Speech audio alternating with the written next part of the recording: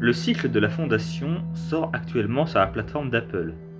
Réputé inadaptable, est-ce que des millions de dollars permettront de faire une série à succès de la saga d'Asimov? La Fondation, c'est une œuvre un peu à part. Le but d'Asimov était de créer une sorte de roman historique futuriste. Le roman va donc suivre un grand nombre de personnages à des époques différentes. Il y aura de nombreux sauts dans le temps. Alors comment est-ce qu'on crée une série? Comment on développe des personnages en les rendant suffisamment attachants en quelques épisodes sans dénaturer l'œuvre? Alors c'est une très bonne question, je vous remercie de me l'avoir posée. Je savais qu'une adaptation de cette saga, elle prendrait forcément quelques libertés, mais c'est tout à fait normal, hein. D'ailleurs il y a toujours des libertés prises dans les adaptations.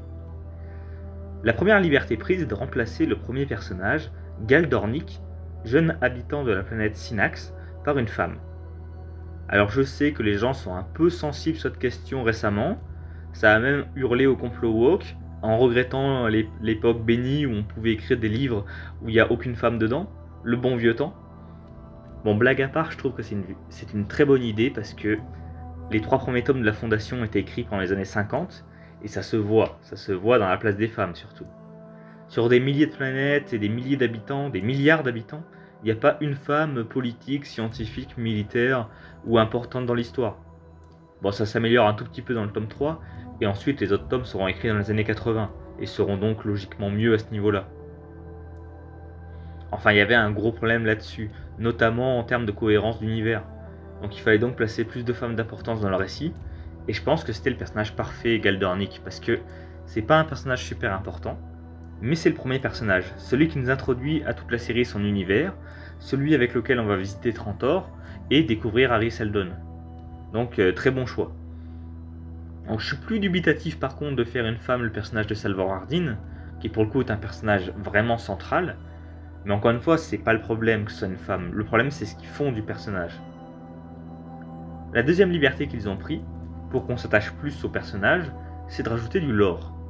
Trantor surtout, mais également les traditions d'Anacréon, comment se déroule le tout début de la colonisation de Terminus, donc beaucoup de choses ont été rajoutées. Le problème, c'est que c'est trop. C'est même beaucoup trop.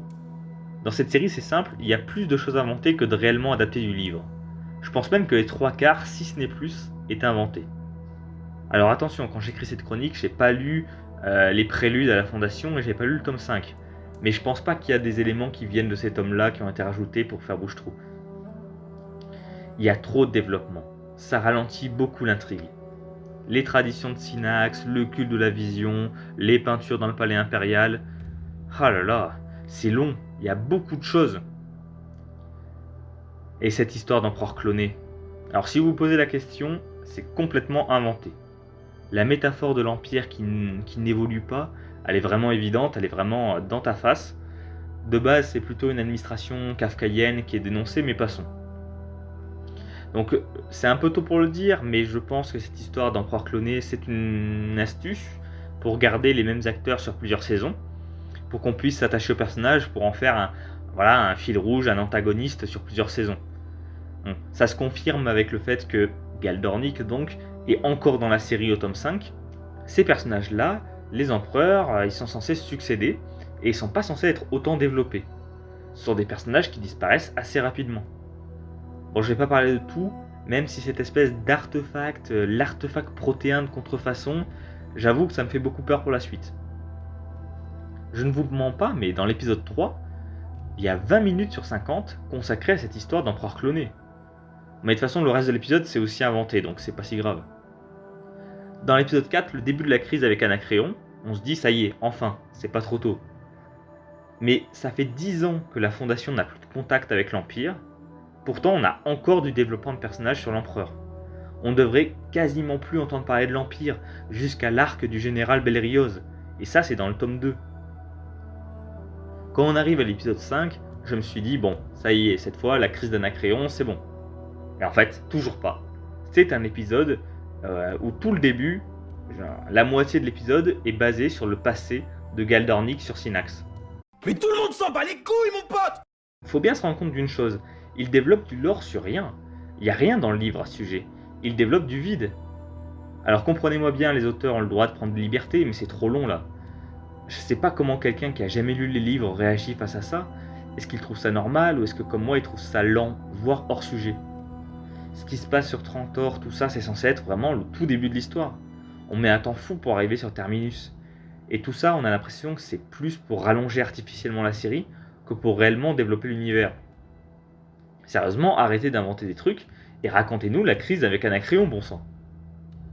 Bon, je parlerai pas du pseudo-développement de personnages parce que souvent c'est tout le temps des histoires d'amour vraiment sans intérêt. Donc le cycle de la Fondation, c'est pas une histoire évidente à adapter parce que c'est pas une histoire qui en met plein la vue, c'est pas une série impressionnante. C'est anti-spectaculaire comme livre en fait. Il y a des batailles spatiales par exemple, mais les personnages que l'on suit ne sont pas pilotes, ce sont des scientifiques et des politiciens. C'est une histoire aussi très bavarde. Beaucoup d'intrigues politiques, de discussions philosophiques même, mais peu de combats ou autres. Les auteurs ont donc pensé que la série serait trop molle. Il y a tout un attentat inventé de toutes pièces sur Trantor, une enquête pour trouver et exécuter les coupables, un complot pour tuer Seldon. Enfin vraiment, voilà, ça y va.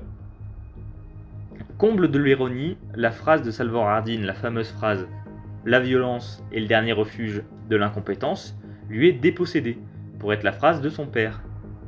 J'ai l'impression de voir un grand doigt d'honneur envers les fans de la série, parce que là, maintenant, voilà, Salvor Hardin, ce n'est plus un politicien habile, un stratège, c'est une femme d'action qui se fait attaquer, qui se bat sur le front avec une arme, enfin vraiment c'est comme ça. Vous savez, à ce niveau-là, vous n'êtes pas obligé d'adapter un livre, hein, vous pouvez tout aussi bien inventer votre propre histoire. Hein. Évidemment, je sais très bien que la télévision et le cinéma, ce ne sont pas les mêmes codes que dans un roman.